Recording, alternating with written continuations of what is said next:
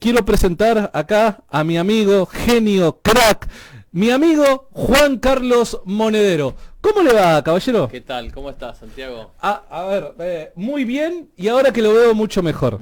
Bueno, igualmente, ¿cómo están? Saludos a todos los que están escuchando, Bueno, a ver, viendo en esta transmisión.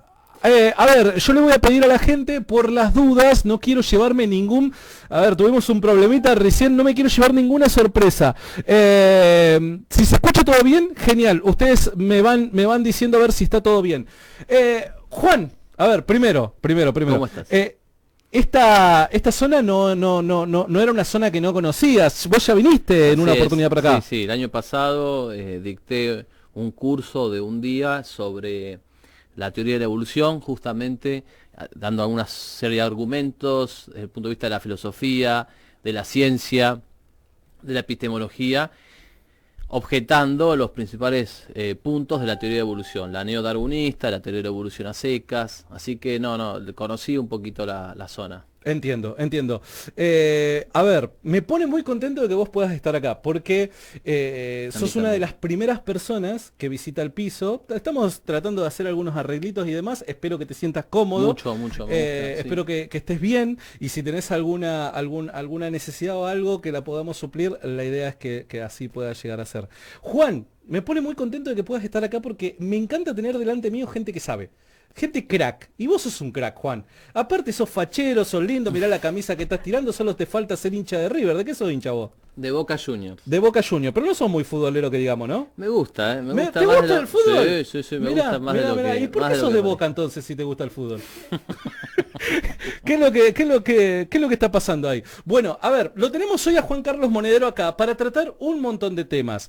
Porque Juan no es una persona que se limita a tratar un solo tema, sino que la verdad que es bastante multifacético. Y no es un vendedor de humo como muchas veces encontramos en internet, sino es una persona que maneja muy bien los temas que trata. Juan, me gustaría arrancar, viste, cuando vos decís, vamos a arrancar. Dale, ya, vamos relleno al tema. Así, pum. ¿Qué opinas del lenguaje inclusivo?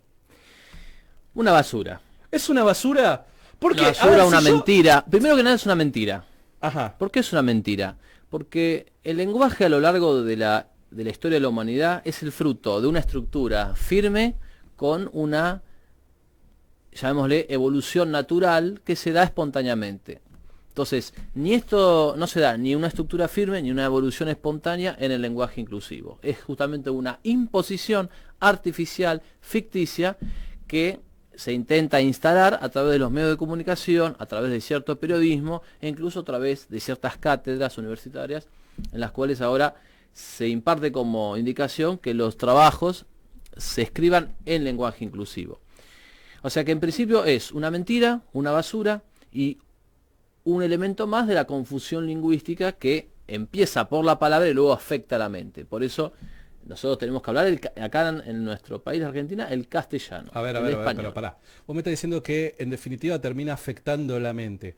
Si yo el día de mañana, salgo a comer algo y de repente me encuentro con ustedes y estoy con un grupito ya de amigos y digo, chiques, les presento a mis amigues. En definitiva, pese a que suene gracioso y cosas por el estilo, vos decís de que implementar ese tipo de vocabulario o ese tipo de lenguaje a lo cotidiano de alguna u otra manera afecta a la mente. No termino de entender eso. Sin dudas. ¿Por qué? El lenguaje es la comunicación. El lenguaje hace posible la comunicación. No solamente entre las personas que estamos acá, en el presente, en la actualidad, sino también es la comunicación de mi persona con el pasado. Para que yo pueda entender el pasado tengo que poder leerlo en libros, en historia, en documentos, en novelas. Y yo entiendo el pasado en la medida que yo me comunico con el pasado. Y en la medida que tengo un nexo común y una misma base idiomática de signos y códigos que es el lenguaje. Ahora, si yo ese lenguaje lo empiezo a petardear, lo empiezo a boicotear, lo empiezo a ideologizar, rompo el vínculo con el pasado, rompo el vínculo con la tradición y ya no puedo entenderla de la misma manera. Por ahora el daño es poco, porque en esta gente que habla así, si lo hace de una manera circunstancial, uno puede pensar que lo hace por ironía, para molestar, para jorobar, y por ahora no pasa de ser una jerga absurda. Pero en la medida en que estos cambios se vayan aceptando, vamos a estar ante los caprichos de los ideólogos que buscan transformar la sociedad. Entonces ahí está lo grave, porque así como nos venden este absurdo, nos pueden vender otros. Y yo creo que estamos camino a eso. O sea, la sociedad es víctima, es objeto de un grupo de ideólogos que dicen, bueno, ahora les vamos a imponer un nuevo vocabulario y van a tener que hablar así. Ese es el objetivo. Bueno, a ver, pará. Primero entro en este tema, con esta pregunta particularmente, porque les quiero mostrar acá el libro de mi amigo Juan Carlos Monedero, que si yo no me equivoco es la tercera edición. ¿Es la tercera edición? Así es. Es la tercera edición, es mucho más gruesito que el último que me Como regalaste. Yo me he vuelto más gruesito. Te has vuelto más gruesito, Hace 3, pero 4 bueno, años. dicen de que a medida que vamos creciendo, eso no queda tan mal como quizás, o por lo menos yo creo eso. Y Nos bueno, conviene creerlo. no, nos conviene creerlo, totalmente, totalmente. Así que, ¿esto cómo la gente lo puede conseguir a este libro?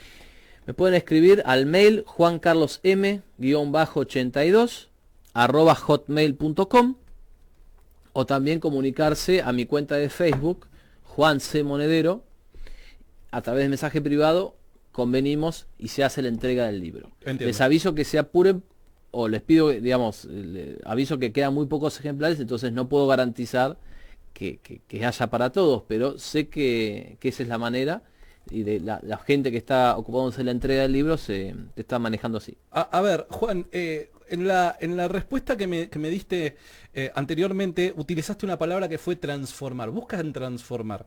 Yo agarro acá tu libro y leo lenguaje, ideología y poder. Yo, una persona que trabajo en internet, en las redes sociales, estoy acostumbrado a, ¿cómo decirlo? Los mitos urbanos, las conspiraciones, mejor dicho, ¿no? Y medio como Los complots. Complot, sí, pero conspiraciones suena un poco más místico, ¿no? Medio, y es más agradable. Y hay veces de que cuando alguien viene y me dice, ¿no? Cosas por el estilo como vos, ¿no?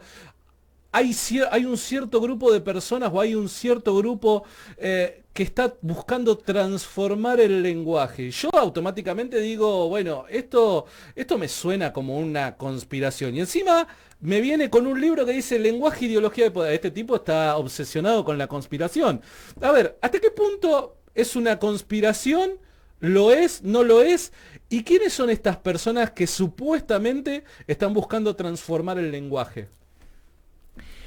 Está muy bien que uno tenga una prevención para evitar, digamos, una visión, si ustedes quieren, cinematográfica de estos asuntos. Y está muy bien que uno filtre la evidencia, la información, y no acepte tan rápido que hay una conspiración solo porque hay 2 o 3 personas que lo han hecho. Ahora, primero que nada, los que les gusta hablar de conspiraciones así de forma irresponsable, rápida, frívola, no se hacen cargo. Muchas veces esa gente aparece en los medios de comunicación con un seudónimo, por lo tanto no tiene ningún costo. Una persona puede decir eso desde un nickname, desde un seudónimo, desde un apodo, lo dice en internet, dicen, ahí están los conspiracionistas, ya está. Acá nosotros lo estamos diciendo con nombre y apellido. ¿Eso qué significa? Que yo estoy lo suficientemente seguro de que lo que estoy diciendo es verdad, tan seguro que lo puedo sostener con mi nombre y apellido. Como vos, que estás acá con tu nombre y apellido. Primer punto. Segundo punto, la cuestión de este complot o esta conspiración ideológica se prueba. Ahí están las pruebas. O sea, existe una enorme cantidad de textos donde una serie de ideólogos reconocen la importancia del lenguaje, reconocen la importancia de cambiar el lenguaje y el papel que el lenguaje tiene como transformador de la mente. Roland Barthes, por ejemplo, Michel Foucault, Nietzsche, en su momento el ideólogo del kirchnerismo. Hay un montón de textos y de material al respecto. Hace poco, por ejemplo, estaba releyendo el tema del matrimonio, de la ley del mal llamado matrimonio igualitario. Y recuerdo la importancia que Felipe Solá, María José Rubertino y Antonio Poveda habían tenido respecto de el término matrimonio. Es decir, ellos estaban determinados a que esta ley saliese con la palabra matrimonio, no podía ser otra palabra. Entonces, donde las personas tienen más interés, ahí es donde ellos llaman más la atención. ¿Y dónde tienen más interés? En el lenguaje. Por eso la ley de la discriminación en los años 90, la llamada ley de la Rúa, que buscaba de alguna manera inocular un contenido en la palabra discriminación. Entiendo. Entonces, ¿por qué creo que hay personas que son capaces de hablar de esto? Primero, lo creo lo suficiente como para decirlo como nombre y apellido. Y en segundo lugar, tengo la prueba documental de los ideólogos que te dicen el lenguaje es importante y si cambiamos el lenguaje vamos a cambiar la sociedad. Otro ejemplo, Antonio Gramsci, el famoso ideólogo del Partido Comunista Italiano. El tipo decía que había que infiltrar la cultura, la cátedra, las universidades, el periodismo, la prensa, en ese momento la radio, la televisión no estaba tan desarrollada, para transformar el sentido común y llevar a las masas hacia el marxismo. Entonces no es un invento mío de que un día me desperté de mal humor y digo, ahí están los conspiracionistas. Es una realidad que se puede probar documentadamente y que nosotros estamos tan convencidos de eso que somos capaces de decirlo con nuestro nombre y apellido. Entiendo. Este es el mío. Vos me pediste uno para sortear. Ah, bueno, no, pará, me spoileaste lo que estaba pasando, me spoileaste lo que iba a venir. Bueno, a ver, sí, queremos sortear uno. ¿Cómo podríamos hacer para que sea algo como dinámico? Dinámico, eso. Esta palabra que tanto les gusta, la palabra dinamismo. Totalmente. A ver, vos que estás del otro lado, un montón de gente está conectada. ¿Te querés ganar este libro? No, vos no lo podés ganar porque vos sos parte del equipo. En 2 oportunidades. Pero no sería justo porque él está del otro lado.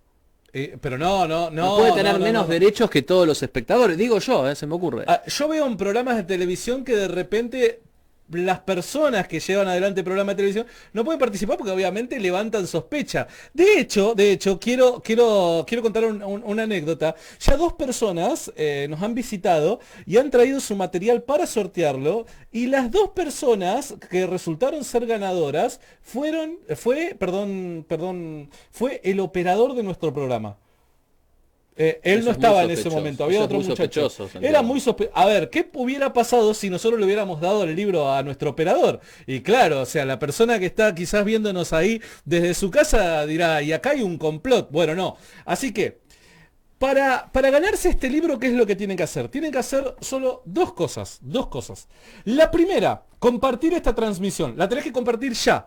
¿Por qué? Porque lo que voy a hacer es en el momento del sorteo ver quiénes fueron los que lo compartieron y ver de ellos a ver quién es el que se lo gana. ¿Está bien? Así que lo único que tenés que hacer en principio es compartir esta transmisión. Pero por otro lado, ahora yo voy a etiquetar la página de Juan Carlos Monedero y le tenés que dar me gusta. O sea que son esas 2 cosas. Darle me gusta a la página de Juan Carlos Monedero y compartir esta transmisión. ¿Te parece bien? Me parece excelente. No tenés cuenta de Instagram, ¿no?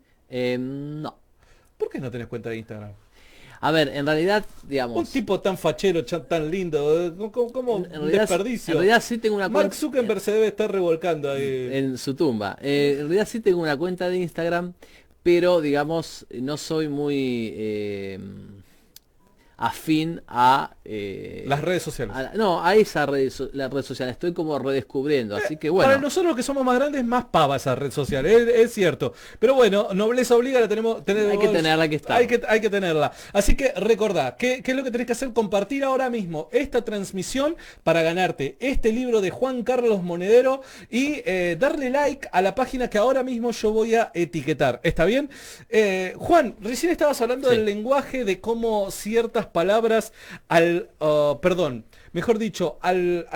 corromper, ¿no es cierto? Podríamos decir, el lenguaje que utilizamos, se pueden lograr ciertos objetivos, decías vos, o por lo menos lo entendí de esa manera. Se me viene a la mente palabras como interrupción del embarazo, se me viene a la mente palabras como, ¿cómo decirlo? Homofobia también, ¿no? Muerte digna. Muerte digna. Cannabis. Cannabis. En vez de marihuana. Ahora me gustaría meterme en ese tema. Ahora nos metemos. Pero, a ver, ¿Es correcto llamar de repente al aborto, ¿cómo es? Interrupción.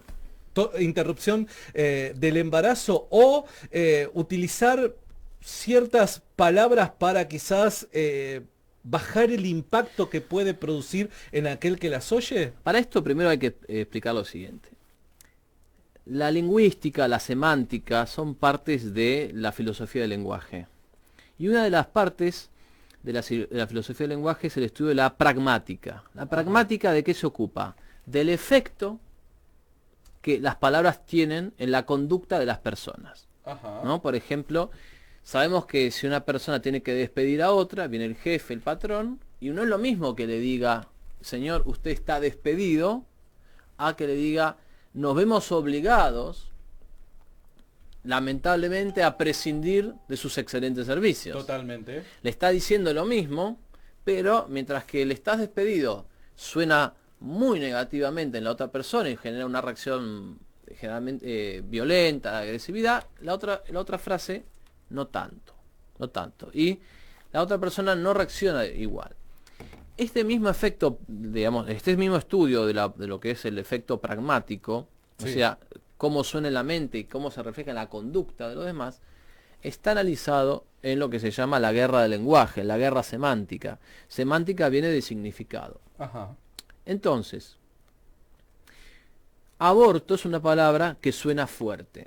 Interrupción del embarazo suena como algo mucho más suave, mucho más inofensivo. Pasa por un nivel de conciencia en donde la persona no lo ataja del todo.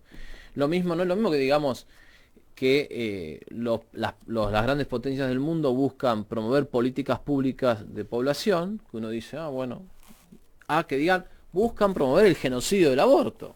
La palabra genocidio tiene un peso, y la palabra aborto también, y sin embargo estoy diciendo lo mismo. Lo que pasa es que una suena bien o neutra y la otra suena mal. Lo mismo pasa con el tema de la eutanasia y muerte digna. Eutanasia es una palabra durísima.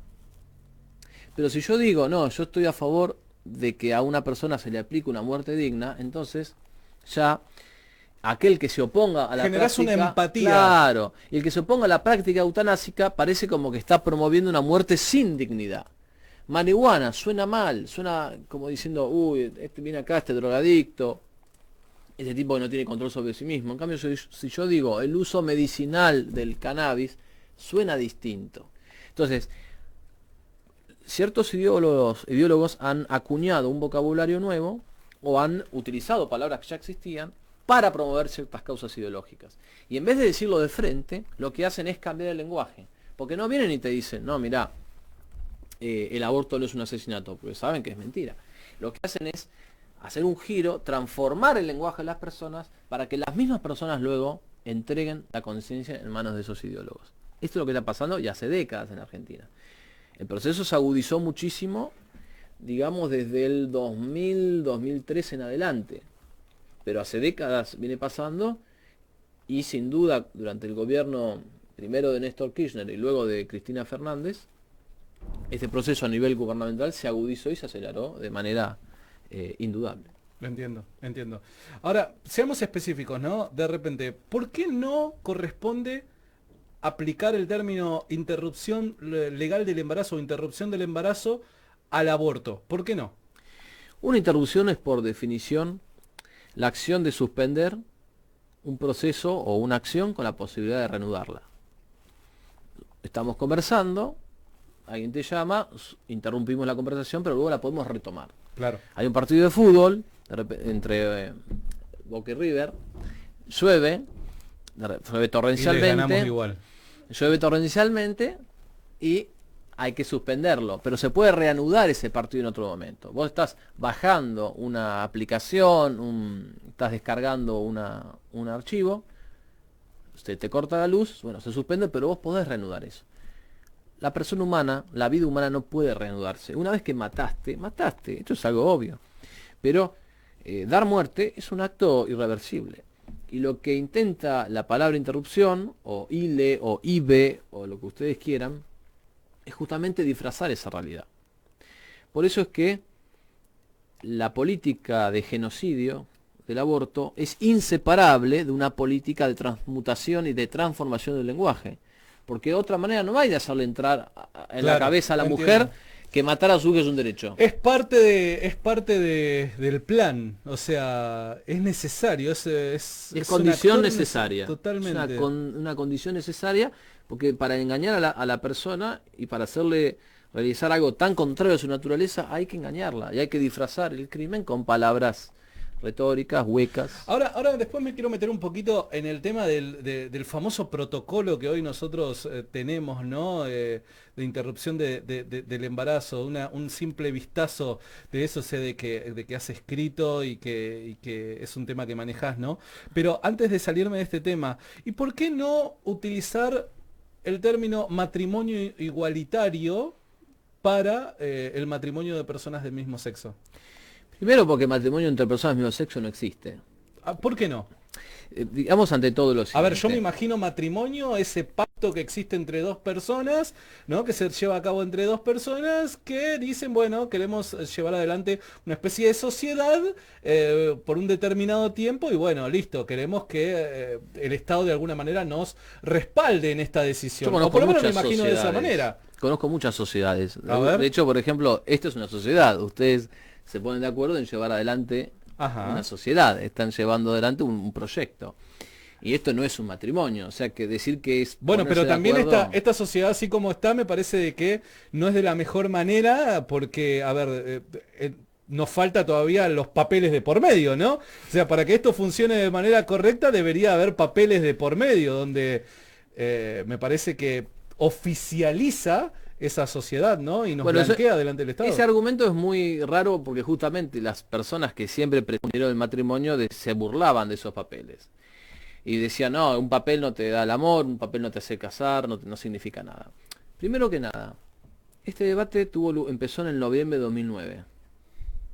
Antes nadie hablaba del tema. Y recuerdo muy bien cómo se instala artificialmente en la opinión pública este tema, cuando habían un montón de otros temas mucho más urgentes e importantes que fueron desatendidos. La inseguridad, la falta de educación, la pobreza, la miseria, la inflación, la defensa de la soberanía. De repente, en noviembre del 2009 cae el tema del matrimonio igualitario con un paracaídas y todo el mundo empieza a hablar de eso. Llamativo. Alrededor de mayo del 2009, la ley se aprobó en julio. Alrededor de mayo, todos los medios de comunicación se pusieron de acuerdo en lo siguiente. Yo veía siguiendo el tema, ya leía, digamos, registraba artículos periodísticos. Todos decían matrimonio homosexual de manera unánime. Hubo un día, Santiago, en que todos se pusieron de acuerdo, por eso digo, acá, si esto no es una conspiración, se parece mucho. Y empezaron a decir al otro día matrimonio igualitario. Y todos los medios dejaron de decir matrimonio homosexual y empezaron a decir matrimonio igualitario. Entonces, si para ellos era algo, un derecho, lo que sea, ¿por qué cambiaron la palabra? Por esto del efecto pragmático. Porque evidentemente encontraron que decir igualitario remitía a igualdad y entonces, bueno, a igualdad, justicia, etc. Pero la verdadera razón por la cual no existe el matrimonio igualitario es por esto muy simple. Varón y mujer. Eso es lo que forma un matrimonio. ¿Quién lo dice ese eso? Ese vínculo lo tiene la capacidad de dar vida. Dos varones y dos mujeres no pueden generar vida. Esto ya lo sabemos. Entonces, hay además una adecuación natural entre el sistema sexual del varón y el sistema sexual de la mujer. Es una adecuación natural.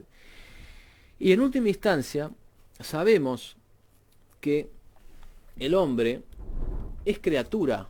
Acá lo que se juega en el fondo con el tema del matrimonio igualitario, con la ideología de género, es lo siguiente. O el hombre es criatura o el hombre no es criatura. Uh-huh.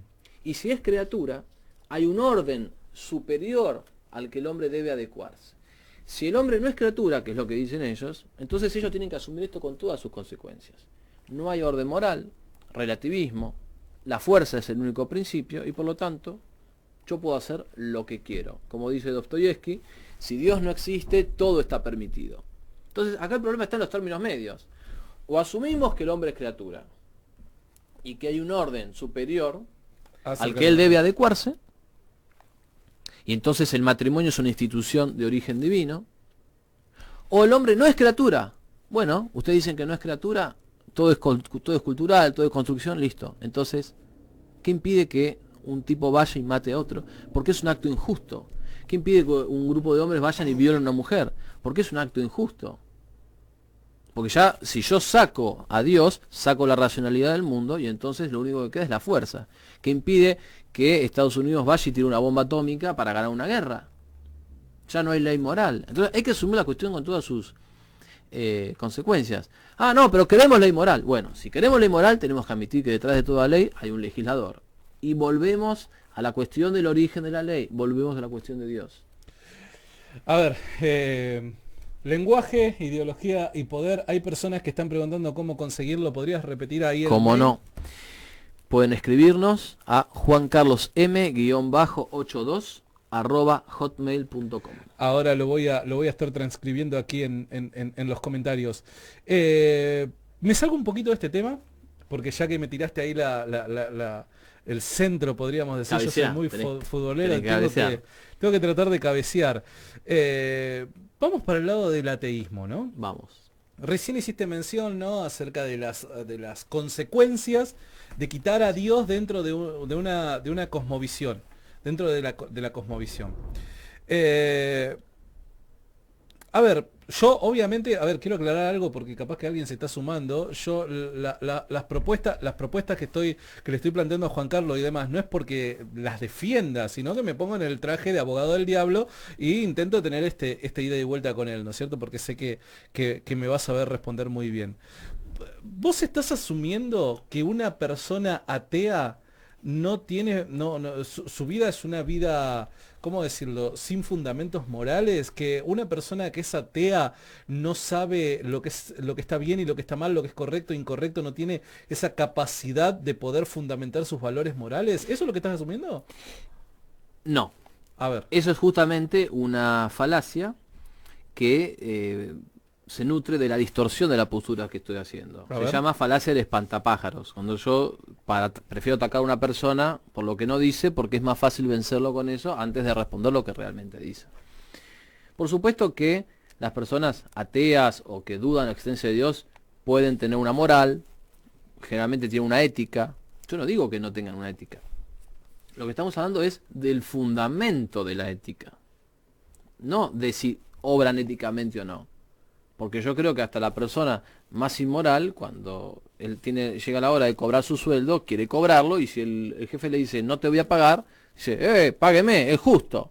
Ahí invoca la ética. El mismo ideólogo que niega la ética en los papeles, la invoca en la vida real. El mismo ideólogo que niega la ética natural en los papeles, si su mujer o su pareja o su novia le mete los cuernos, me parece que mucho no le va a gustar. Entonces, con lo cual revela que incluso los que viven contra la norma a veces la invocan. Lo mismo pasa con los ladrones. Vos y yo robamos algo y dijimos, bueno, 50 y 50, vos te quedaste con todo y yo voy a decir, dame lo mío. Claro. O sea, incluso en los ladrones hay una cierta justicia natural.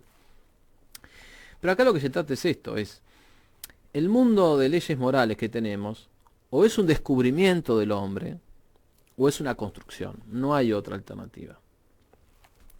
Si es una construcción, es arbitraria, y entonces yo puedo definir que esto es bueno en una época, que esto es bueno en otra, y que lo contradictorio es bueno en una tercera época. Ya decía Chesterton que esto es absurdo, que es como decir que una cosa es buena el martes, pero es falsa el viernes a las 9 de la noche, pero sigue siendo verdadera el lunes a las 3 de la tarde. O sea, las cosas son lo que son. Entonces, o el orden moral lo descubrimos y nos sujetamos a él, o el orden moral es una construcción puramente arbitraria del hombre, y entonces nosotros disfrazamos la fuerza de ley. No hay término medio. Si nosotros decimos que el orden moral es una construcción, estamos en pleno relativismo. Entonces es la ley del más fuerte. Entonces yo puedo abortarte a vos porque yo soy la madre y tengo más fuerza que vos, que sos un bebé, y no puedes hacer nada. Y si quiero te aborto. Es un acto de fuerza que se pone por encima de la realidad, un acto de la voluntad que se pone por encima del ente. Y ahí está la gran perversidad. Mientras que, en un orden moral objetivo, yo me sujeto a normas que son anteriores a mí, que son superiores a mí, y a las cuales yo descubro en mi corazón que debo adecuarme a ellas. Y hay un montón. Por ejemplo, que el bien del todo es mayor que el bien de la parte. Por ejemplo, que no debo lastimar a mi prójimo, que debo decir siempre la verdad, que los pactos deben ser cumplidos, pacta sunt servanta. Es decir, hay un montón de principios morales que yo reconozco como preexistentes. Claro. O sea, por ejemplo, que la violación es un delito, no es un crimen desde que aparece en el Código Penal, sino que al revés, aparece en el Código Penal porque es un crimen. Primero es un crimen en la realidad y claro, luego es un delito en el Código Penal. No al revés, porque si no estamos diciendo que las cosas son buenas o malas a partir de que un grupo de legisladores las escribió. No, el legislador se somete a un orden anterior a él, reconoce un orden preexistente. Ahora bien, en estas ideologías modernas, ideología de género por ejemplo, el legislador no reconoce un orden preexistente, sino que lo crea, lo funda. Por lo tanto, en la ideología de género, el legislador se pone en el lugar de Dios. O sea, ese puesto de Dios que ellos le niegan al Dios verdadero y que nos acusan a nosotros de ser fanáticos, se lo toman ellos. O sea, Dios no es Dios, ahora yo soy Dios. Y yo voy a fundar un nuevo mundo amparado en mi propia voluntad. claro. Y si por mayoría digo que el aborto es un derecho, va a ser un derecho. Yo me pongo en el lugar de Dios. Por eso es que estas ideologías que pretenden ser muy modernas, haber superado el estadio religioso, no atenerse a ningún dogma, crean por el contrario un superdogma tenebroso frente al dogma luminoso. Entiendo. Genial. A ver, recuerden todos aquellos que quieran tener este libro, lo pueden adquirir por medio de, el pedido por medio del mail, ¿no es cierto? O también comunicándose al sitio de Facebook. Al sitio de Facebook que acabo de postear en los comentarios, pero también si te lo querés llevar de regalo, tan acostumbrados nosotros estamos en esta parte del mundo a recibir las cosas de regalo, lamentablemente, pero si te lo querés llevar de regalo a este libro, estamos sorteando uno. ¿Cómo tenés que hacer para participar? Compartiendo esta transmisión y el link que puse de la página de Juan Carlos Monedero, darle un like, nada más. Luego, a medida de que vayamos avanzando en esta conversación, vamos a tomar unos minutos para ver a ver quién fue el ganador de este libro. Recordá, si te querés ganar este libro, compartí la transmisión. Juan, recién hiciste mención a otro tema, ¿no? Te tengo delante y tengo tantas ganas de hablar de tantas cosas, ¿no? Aprovechemos. Aprovechemos, eso mismo, aprovechemos. Juan, recién hiciste mención al tema de ideología de género. Déjame desarrollar una idea personal que tengo, que obviamente vos con tu capacidad, ¿no? Y todo lo que sabés, el contenido que tenés, quizás le puedas dar forma o quizás me puedas decir, no, sabés que estás equivocado. Digo yo, para aquella persona que piensa o que cree que la teoría de género es una manera correcta de conocer la realidad humana, por así llamarlo, creo que necesariamente debe creer en el alma y no ser ateo. ¿Por qué digo esto? Porque me resultaría... perdón, reformulo. ¿Por qué digo esto? Porque si la persona no posee una parte inmaterial con libre albedrío, termina siendo una falla de la naturaleza. Esa persona que se autopercibe de un sexo distinto al que tiene, ¿no? Digo, necesariamente aquella persona que dice, bueno, pese a mi anatomía, pese a mi físico y demás, a mis genes, vamos más profundo, a mis genes, creo que soy otra cosa. Si yo apruebo tal tipo de idea, necesariamente debo de creer que el ser humano también es un ser inmaterial, capaz de ser libre, con conciencia, ¿no es cierto? Y demás. O sea que dentro de la cosmovisión atea, no puedo yo sostener ideas tal y como la teoría de género. ¿Estoy equivocado? No, yo creo que estás en lo correcto. Yo creo que estás en lo correcto. Lo que pasa es que las ideologías o las posturas filosóficas como el ateísmo tienen algo en común, que lo que hacen es romper los principios de la civilización cristiana. Entonces, eso para nosotros es una contradicción y para nosotros es algo vergonzoso que uno dice, no, tengo que resolver esta contradicción, porque tenemos una mentalidad metafísica, Santiago, porque vos y yo tenemos una mentalidad metafísica y además porque la contradicción nos sonroja, O sea, tenemos cierta esencia y decimos, bueno, resolvamos las contradicciones, no puedo yo asumir. Pero para ellos, que no tienen ideas sino objetivos, que no tienen principios sino que tienen metas, la contradicción no los sonroja. Y acá es donde se nota que han perdido una cuota de su humanidad. Por eso es tan grave esto. O sea, te lo pongo así, el siglo XIX, el siglo XX fue el siglo de la ciencia, el valor científico, qué importante, no, la ciencia va a desmitificar a la religión y que... Y es la ciencia la que te dice que hay vida humana desde la fecundación. Y entonces la ciencia les sirvió para atacar a la religión. Ahora, si la ciencia les viene en contra para promover el aborto, la ciencia se saca y queda la perspectiva de género, la autopercepción, etcétera. Es decir, a ellos no les importa contradecirse. Este argumento tuyo, que yo considero que es válido, se aplica a la gente que de buena voluntad puede aceptar el enfoque de género y puede decir, no, entonces tengo una cuota espiritual, pero para ellos no les importa, ellos están en un mundo ya, cierto rechazo del logos. Entonces, lo que para nosotros era una contradicción y algo vergonzoso, para ellos es simplemente, bueno, sí, no pasa nada. Por eso es que esto también hay que denunciarlo. Esta mentalidad, digamos, a logos. O sea, la lógica, el sentido mismo de las cosas, queda superado por las contradicciones que van pasando. Y no va a ser la única contradicción. Entre el marxismo, entre la ideología de género, entre las posiciones abortistas, hay infinitas contradicciones. Pero, ¿qué valor tiene la contradicción cuando lo que yo hago es elegir una práctica no porque me parezca justa, sino porque me conviene? Digamos, el que roba un banco, ¿creemos que le faltan argumentos para respetar la propiedad y el dinero de los demás? No le faltan argumentos. Pero le conviene robar un banco. Claro. Lo mismo pasa acá.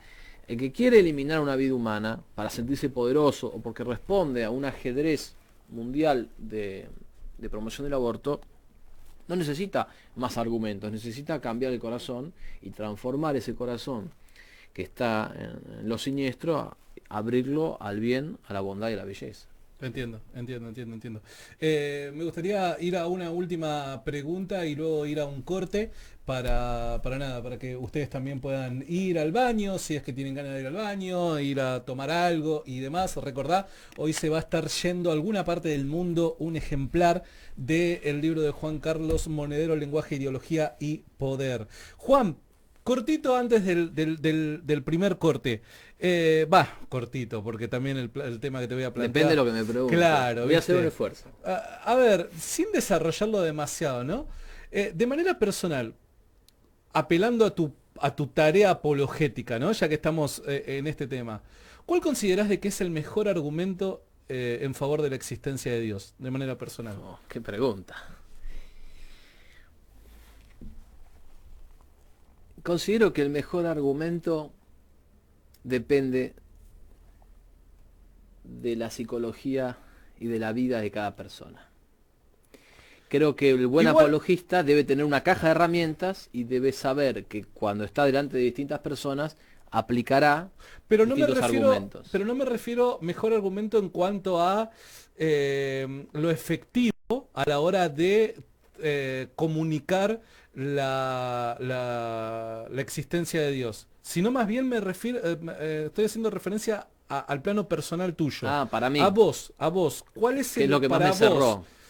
¿Cuál es el mejor argumento de acerca de la existencia? A mí lo que me cerró, yo tenía, me gusta esta pregunta, yo tenía unos 14, 15 años, estaba en el segundo año del secundario, y ese año hubo unos meses donde me planteé realmente a fondo, dije, o Dios existe o Dios no existe. Y hubo unos meses donde yo estaba, creo que es la primera vez que lo cuento al aire, donde yo estaba en duda si Dios existía. Porque empezaba a pensar, no se puede ver, no se puede probar. Entonces llegué a este argumento, ¿no? Que tenía 13, 14 años, así que discúlpenme el poco rigor del argumento, pero creo que tiene algo de verdadero, que era, si Dios no existe, entonces la verdad tampoco existe, y no hay un sentido último de las cosas. Y al no haber un sentido último de las cosas, no había una moral, no había una ética, no había una razón, no había un porqué, no había un amor, y en el fondo todo daba lo mismo. O sea, yo llegué a esta conclusión de que la existencia de la verdad y la existencia de Dios iban como de la mano, y que yo no podía afirmar una y negar la otra.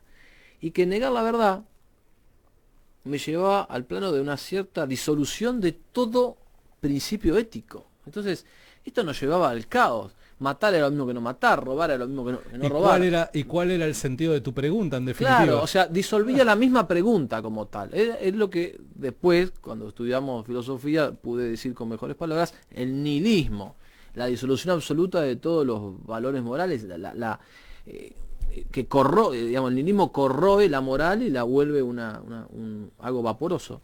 Entonces en ese momento yo dije, si fuese verdad que no hay verdad, entonces habría una verdad, por lo tanto habría verdad, y eso me llevó a la existencia de Dios.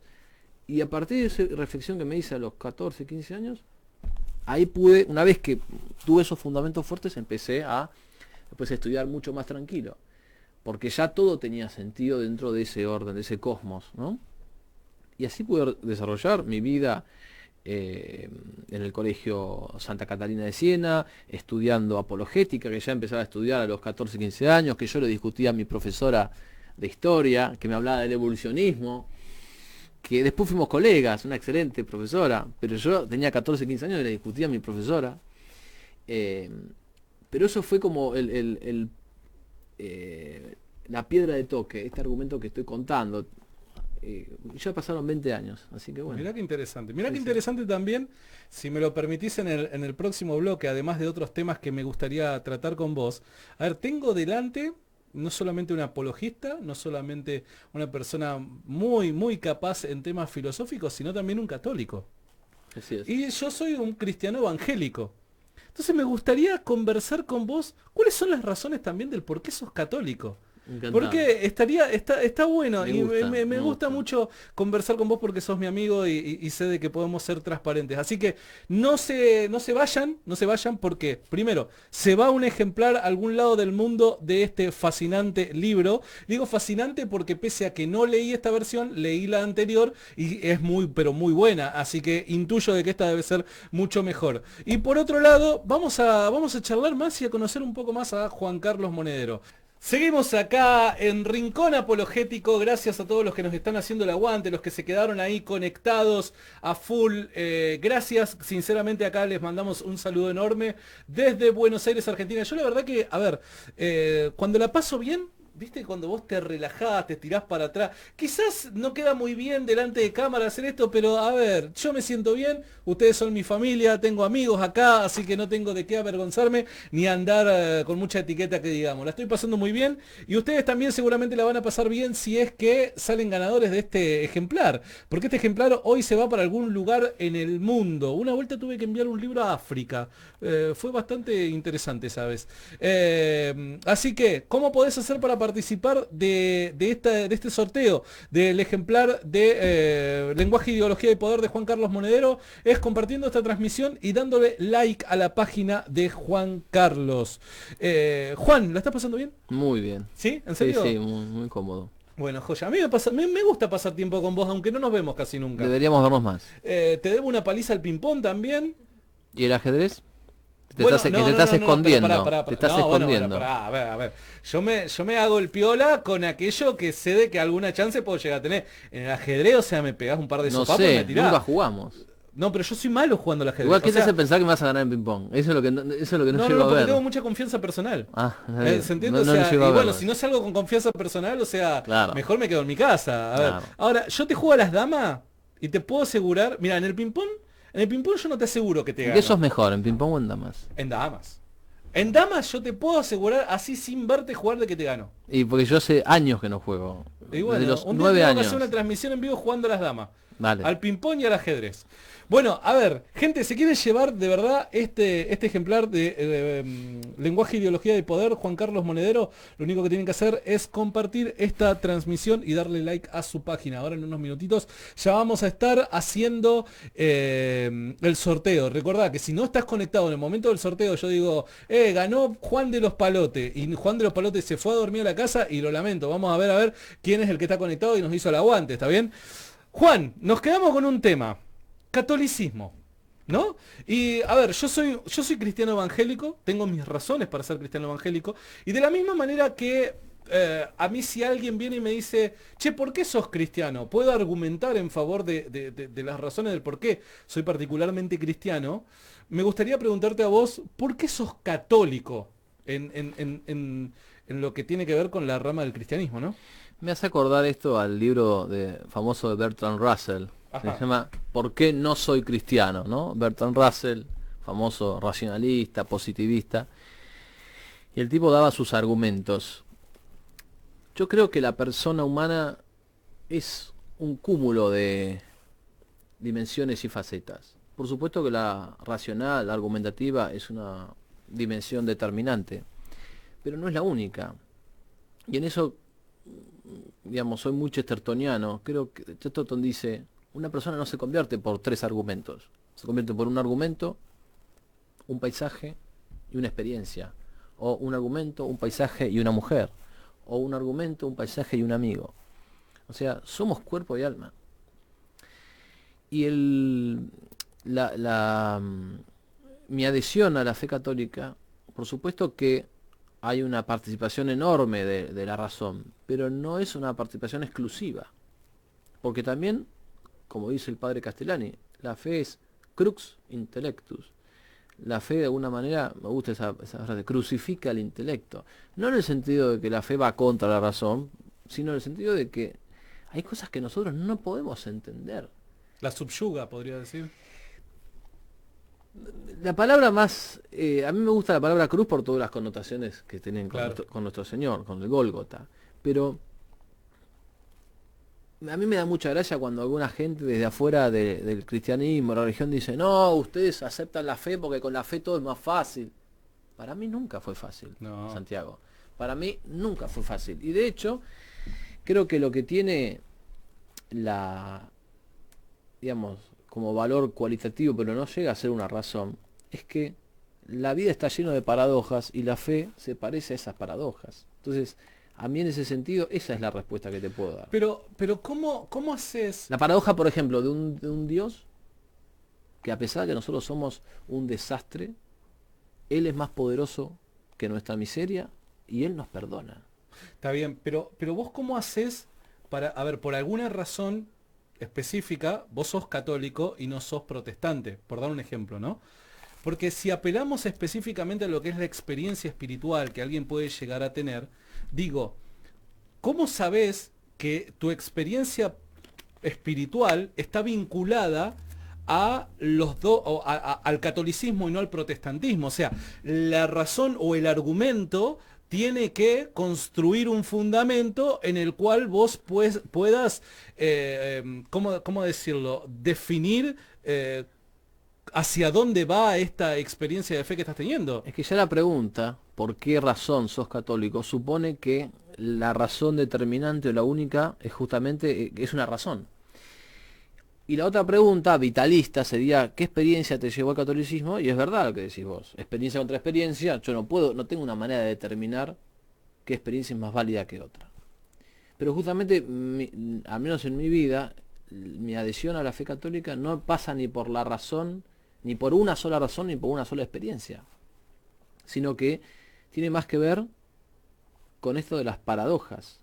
Es decir, realmente la inteligencia del católico hoy está crucificada, porque uno no puede entender, y esto lo digo con plena responsabilidad intelectual, que el mayor representante, que nosotros creemos que es el Papa, el mayor representante de Cristo en la tierra, afirme o sostenga algunas de las cosas que sostiene, que francamente van contra la fe católica.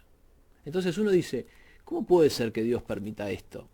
Y después ahí uno vuelve y cuando relees San Juan, relees San Marcos, San Lucas, ah, claro, y pero si Dios permitió la traición de Judas, pero si Dios permitió la cobardía de Pedro, Sí, y si Dios permitió, entonces, y después vas a Job, y decís, Job era justo y le pasó todo esto, entonces empezás a darte cuenta que la respuesta a un misterio está en otro misterio. Y te das cuenta que no todo es racional. pero ese tipo de argumentos no podría también sostenerlo un protestante. Sí, podrías tener un Y protestante. entonces de vuelta te vuelvo a repetir, ¿por qué católico y no otra rama del cristianismo? Es que yo ¿Se entiende? sí. O sea, Sí, sí, se es como que entiende. no termino de entender porque digo, bueno, si ese argumento vos lo podés Es utilizar que no es para un la defensa, argumento. Fíjate. o ese, Es que en definitiva es un argumento. es que no es un argumento, digamos.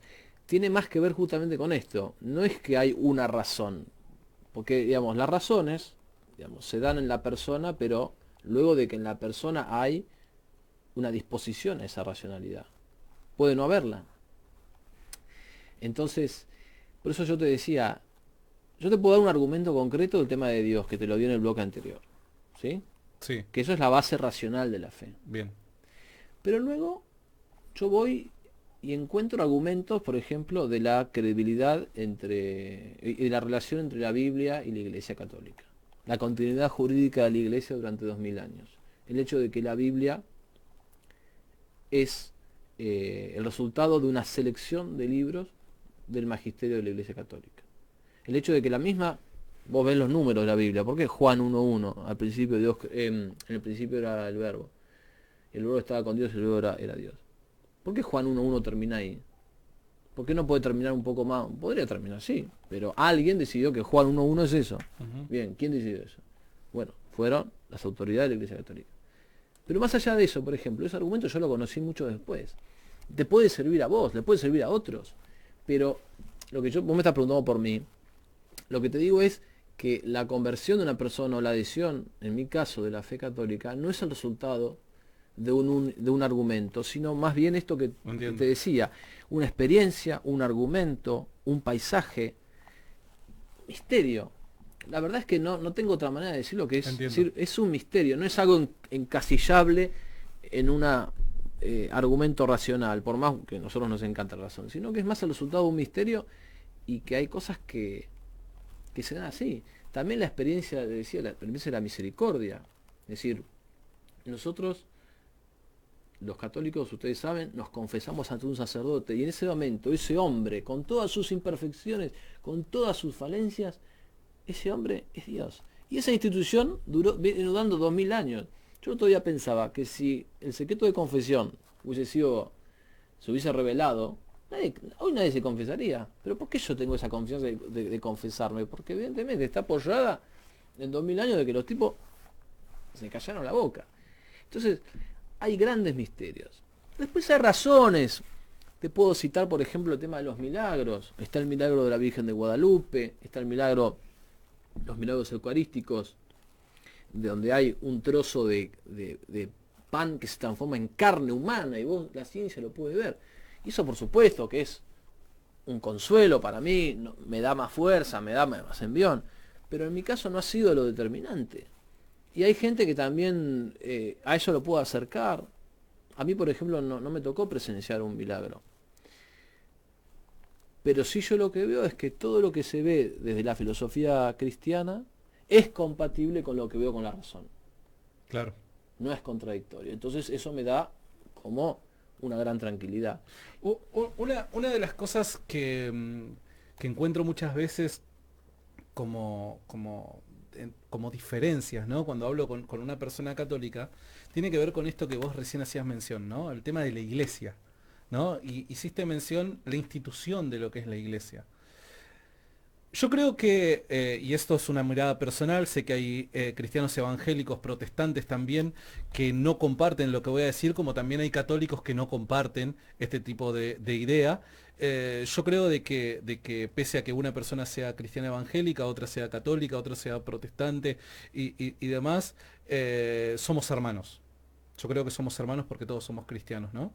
Y creo de que el fundamento de la fe cristiana no pasa específicamente por la institución, sino más bien pasa por quién es, hacia dónde está volcada tu fe y la representación de la fe que es la persona de Cristo y su obra en la cruz. Me parece que eso es lo fundamental.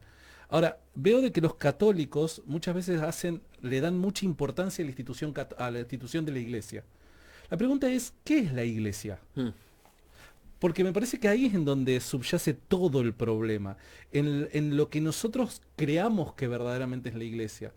Y hay veces de que yo veo a los católicos, capaz que los malinterpreto, y digo, ellos ven a la iglesia como la institución, como recién vos dijiste, ¿no? Una institución. Y quizás nosotros la vemos de otra manera, ¿no? Para vos, ¿qué es la iglesia?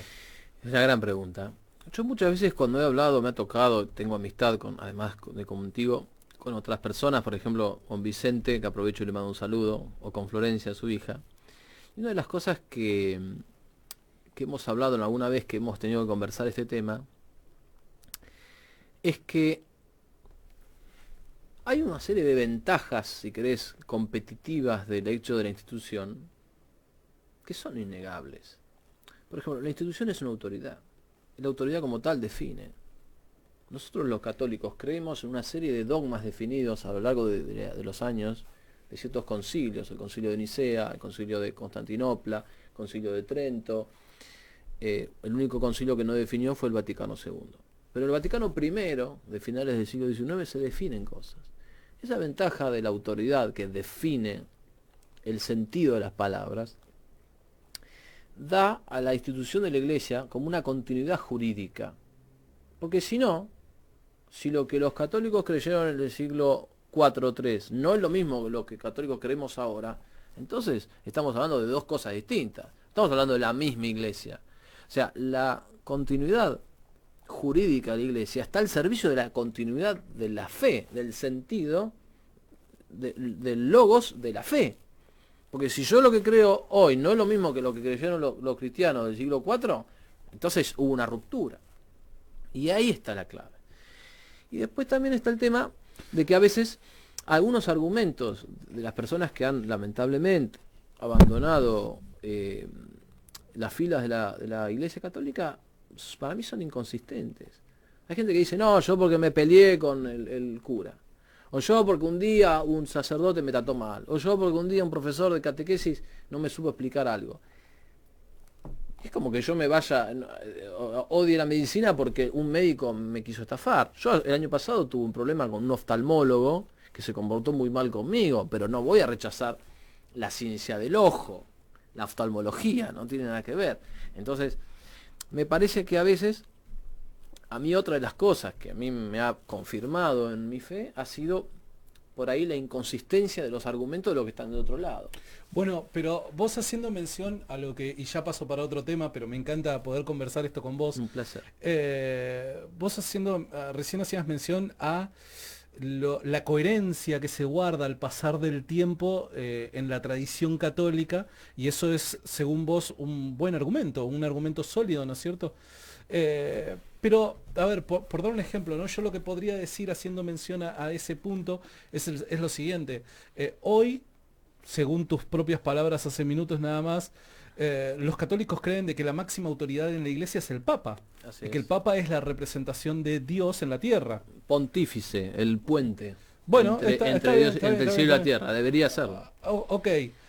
Pero a mí me cuesta de repente, ¿no? Solamente este punto tomando de lo que vos decías, a mí me cuesta quizás imaginar ese tipo de idea en el siglo I, cuando nosotros sabemos históricamente y por tradición católica que Pedro muere y se entiende como que el sucesor de Pedro es Lino.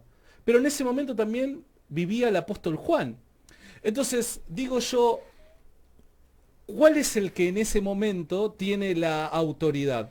Porque si creemos que la autoridad la tiene aquel que fue delegado como apóstol por el mismo Cristo que fue Juan, derrumbaría este argumento que vos estás diciendo en la consistencia de la idea durante toda la historia de la tradición católica, ¿o me equivoco? Yo me preguntaría, ¿Juan resistió a Lino? No lo sé. Probablemente no.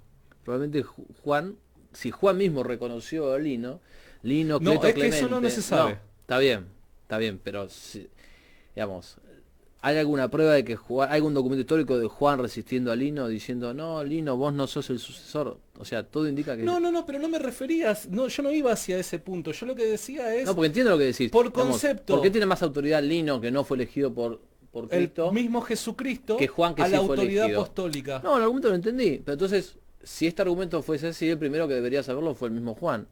Y no tenemos ningún registro de que Juan, por lo menos en esta mesa, no digo fuera, en esta mesa no tenemos ningún registro de que Juan haya resistido a Lino. Pero te lo voy a poner de otra manera.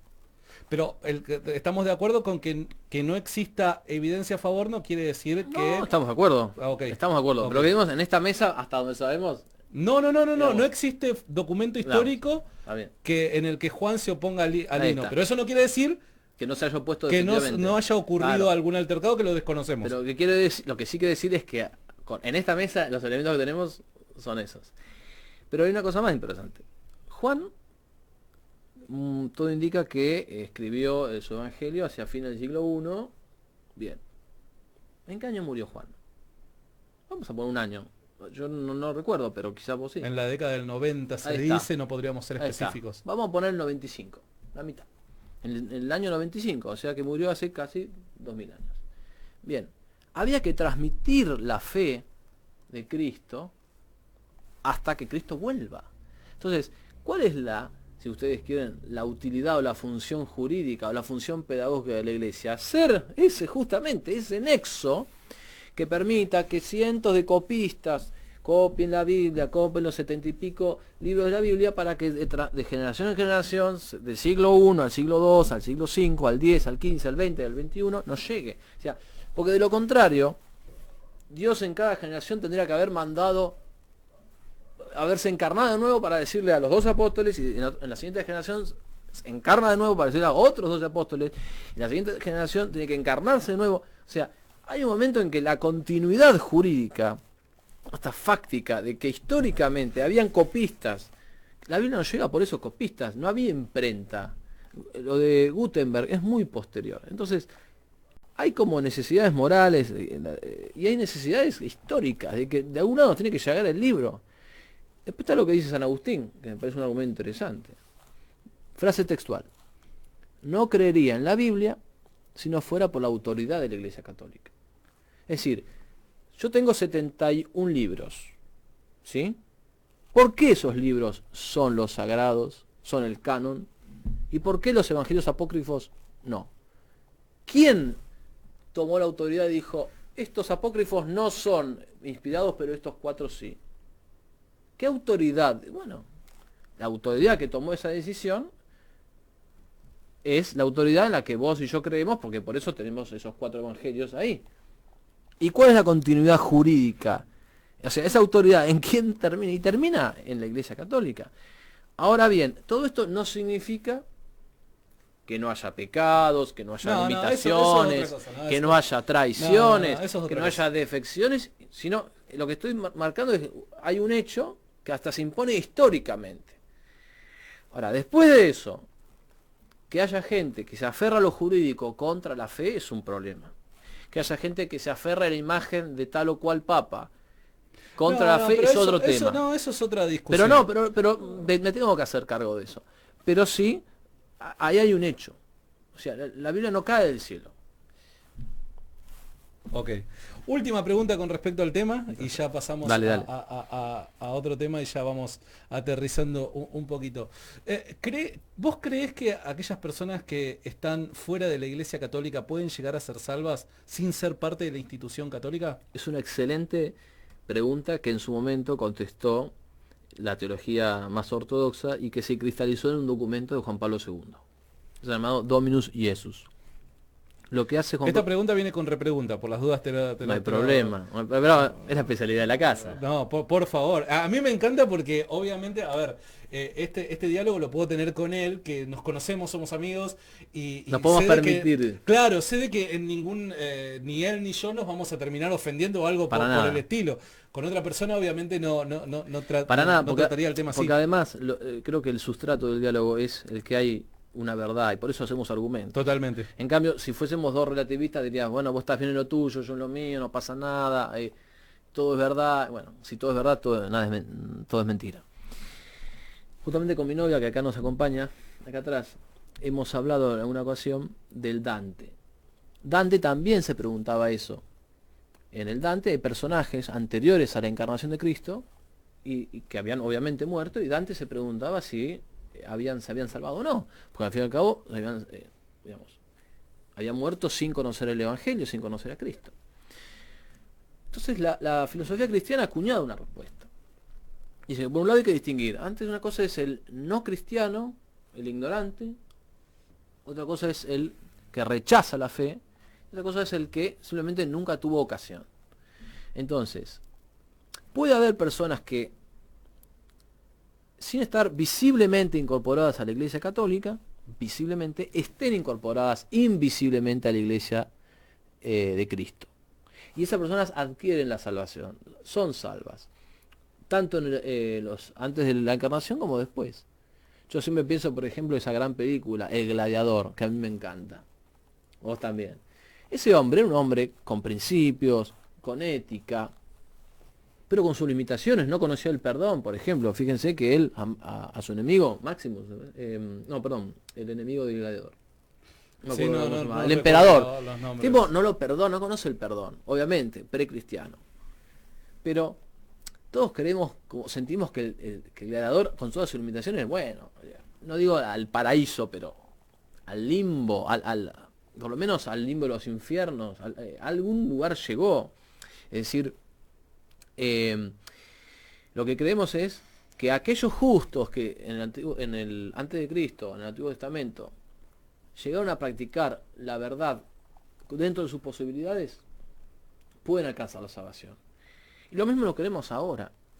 Ahora bien, hacemos una distinción entre aquellos que rechazan una verdad a sabiendas, aquellos que simplemente no conocen la verdad, y aquellos que rechazan la verdad por el envoltorio en el que la verdad es presentada. Y después dejamos toda la misericordia de Dios. Yo no voy a ir andando por ahí, vos te salvás, no te salvás. No sabemos. Lo que sí sabemos es que aquel que rechaza sabiendas la verdad, por supuesto, ese está en una situación de pecado grave y pone su alma en peligro.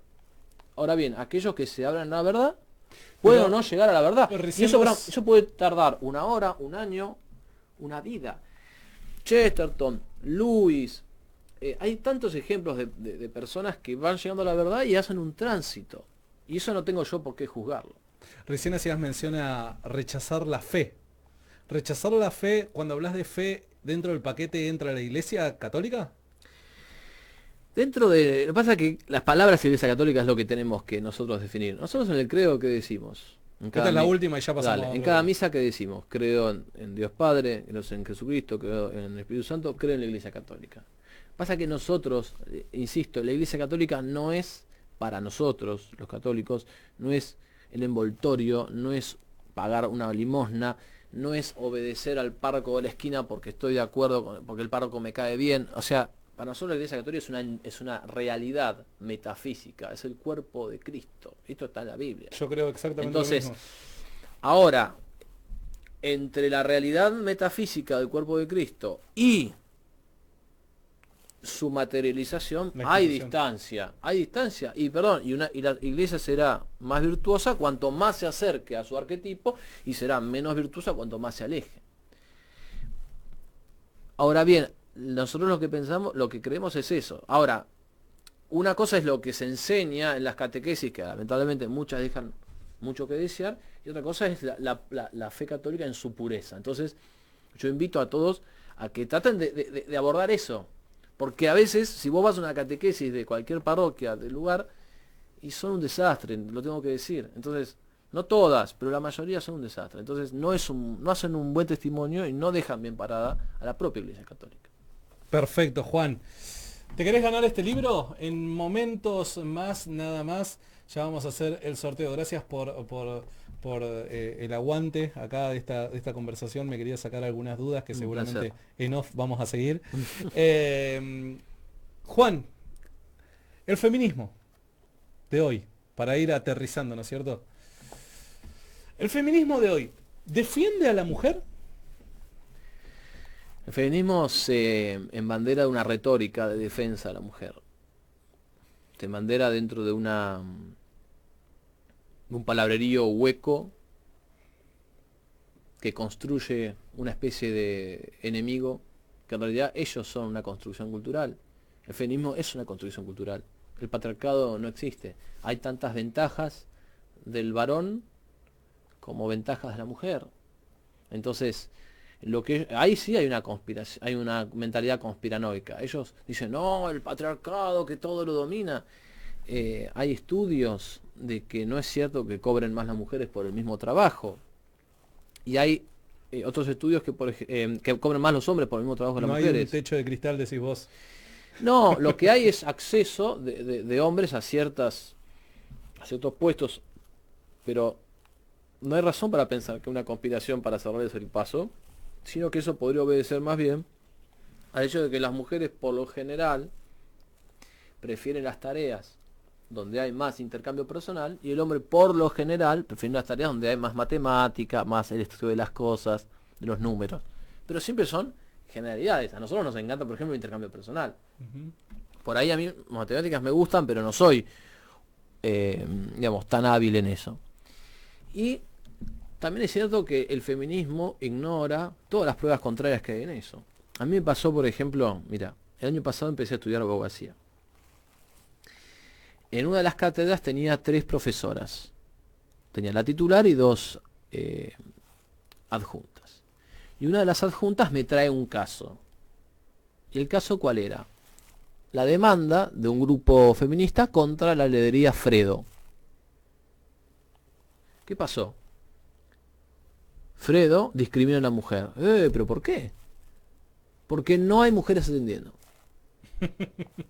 Entonces, supuestamente, Fredo tenía que disculparse y decir, a ver, en la tarea del heladero tenés que levantar unos tarros que pesan muchísimo y la verdad es que la mujer no tiene tanta fuerza como el hombre. Y los tipos decían, no, porque en el fondo hay una discriminación, porque hay algunas mujeres que son más fuertes que algunos hombres. Son micromachismos, chabón. Son micromachismos.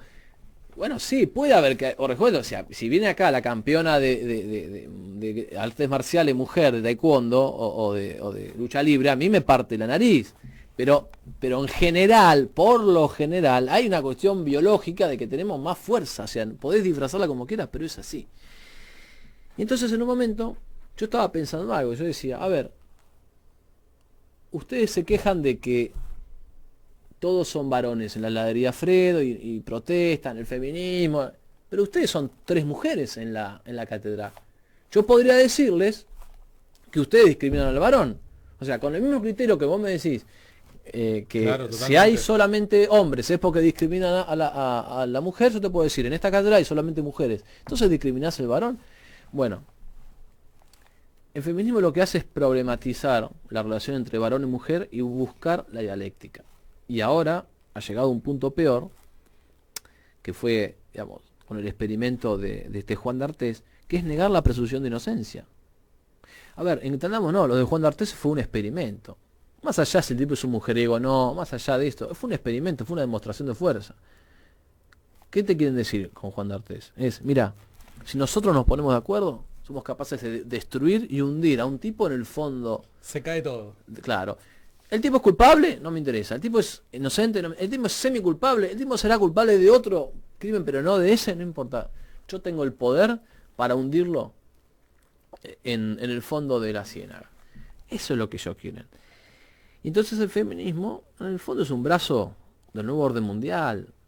Es un brazo de la guerra entre hombre y mujer, que destruye las familias, que destruye la civilización y que destruye la patria. No hay concordia posible con el feminismo. Entiendo. Porque el feminismo la vuelve imposible. Entiendo. Problematiza lo que no es un problema. Si yo le doy a mi novio una flor, micromachista. Si yo le ayudo a mi abuela a llevar un peso, porque bueno, ¿qué te pasa? ¿Me estás diciendo débil? Si yo le doy un asiento a una mujer, me consideras un sexo inferior. O sea, vuelven odiosas las cosas buenas. Perfecto, perfecto. Juan, ayúdame con algo. Del 1 al 40, decime un numerito. ¿Así lo digo al aire o lo pienso? No, decime. 37. ¿Por qué siempre me tiran números altos, che? A ver, 1, 2, 3, 4, 5, 6, 7, 8, 9. Vamos a ver quién se gana este libro. 10, 11, 12, 13, 14, 15, 16. A ver, 17, 18, 19, 20. Ya estamos ahí. 37 me dijiste, ¿no? Lo puedo cambiar. A ver, para. 37 me dijiste. 21, 22, 23, 24, 25, 26, 27, 28, 29, 30, 31, 32, 33, 34, 35, 36, 37. ¿Llegamos? Llegamos. Muy bien. A ver, quiero pedirle a quien... y encima fue una página, che. Una página se gana el libro de Juan Carlos Monedero. Y me parece que le va a gustar a Juan quien se lo gana. Porque es una página llamada Hola Celeste Córdoba. Hola Celeste Córdoba. Claramente Hola Celeste, o sea, el propio nombre ya te genera una cierta empatía, ¿no es Simpatía, cierto? por supuesto, sí. Bueno, un saludo a los cordobeses a ver, pro vida. Lo que sí le voy a pedir al administrador de Hola Celeste Córdoba que nos mande un mensaje, que nos diga quién es. A ver, si apareces sería buenísimo. Hola Celeste Córdoba. Juan, minutos finales. Temas que quedaron en el tintero, cosas que vos dijiste, me gustaría venir y decir tal cosa. Me gustaría contarles a todos los que están escuchándonos que estoy por sacar un libro sobre la crítica a la teoría de la evolución. Dentro del campo católico hay una idea que a veces está cobrando mucha fuerza, que es una suerte de evolucionismo católico. También creo que dentro del campo cristiano, esta idea de que Dios crea al hombre y al hombre lo hace evolucionar. Hay algunos cristianos evangélicos en Estados Unidos que están luchando contra el evolucionismo y contra esta idea de evolucionista cristiana. Gente del movimiento del diseño inteligente. Y lo que quiero contar acá a la audiencia es que yo ya tengo un libro terminado, que es mi tesis de licenciatura en filosofía. En ese libro hago un planteo de todas las objeciones científicas, filosóficas, epistemológicas, etc. Y lo que planteo es que el evolucionismo se reformula para escapar a la contrastación. Y lo que estoy buscando es personas que me puedan ayudar a realizar el libro en formato papel. A ver, para. Me gustó esto, me gustó. Lo que vamos a hacer a partir de ahora, yo me comprometo ahora al aire a buscar donadores. Vamos a buscar donadores para no que... de sangre. ¿Eh? No, claro, no donadores de sangre. Se busca factor... Donantes. Claro, totalmente. Vamos a buscar donadores, le mandé, qué bruto. Vamos a buscar, a ver, quién haga realidad el libro, tal y como en este caso fue posible, el del lenguaje, ideología y poder, pero un libro que tiene que ver con el tema de la evolución. Es la crítica a la teoría de la evolución, al evolucionismo, al neodarwinismo y también a la visión pseudo-cristiana, que en mi opinión lo que hace es reformular la teoría de la evolución para hacer que escape a la contrastación. De manera tal que yo tengo una teoría que no significa nada, pero que no puede ser refutada justamente por eso, porque no tiene ningún significado concreto. A ver, seamos específicos, si es que vos me lo permitís. ¿Cuántos ejemplares querés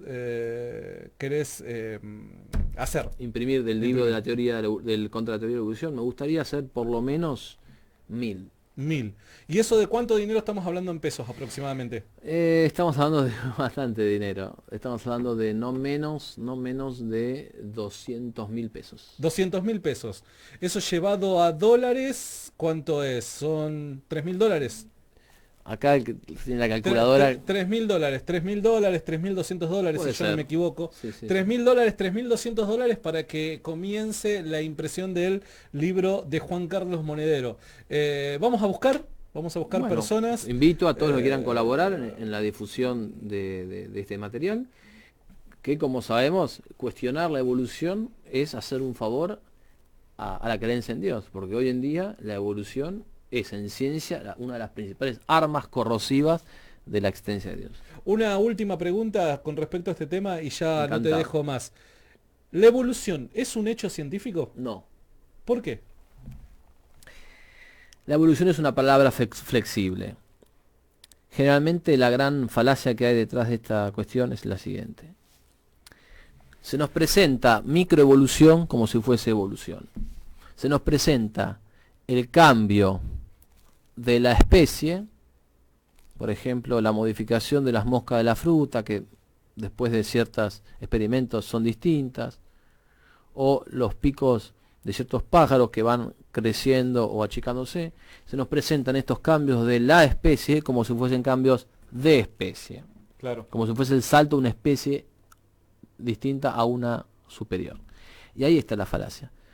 La microevolución está confirmada experimentalmente. La macroevolución, esto es el salto de una especie inferior a una superior, no solamente no está confirmada, sino que existe un conjunto de argumentos que la cuestionan duramente.